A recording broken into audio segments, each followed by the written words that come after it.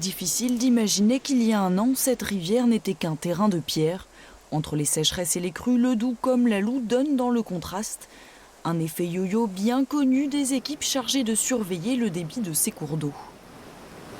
La nuit de samedi à dimanche, en 24 heures à peine, on est monté jusqu'à 140 mètres cubes par seconde en moins de 24 heures. Le débit moyen de la Loue, selon les endroits, il oscille entre 30 et 60 mètres cubes. Ça, c'est ce qu'on appelle le module, le débit moyen. L'été, il descend à 5-6 mètres cubes par seconde. Voilà, et puis les crues, évidemment, on peut monter à plusieurs centaines de mètres cubes par seconde.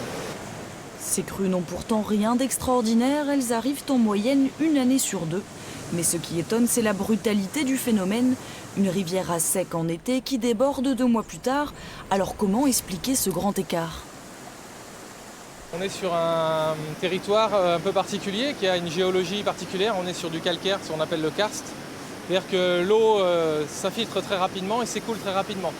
Donc dans les deux sens, c'est-à-dire que quand on manque d'eau, très vite on est dans des périodes de sécheresse. Et quand il y a beaucoup d'eau, très vite l'eau monte. Donc en fait, voilà, on a des flux d'eau qui font que passer, en fait, qui ne sont pas retenus par le sol.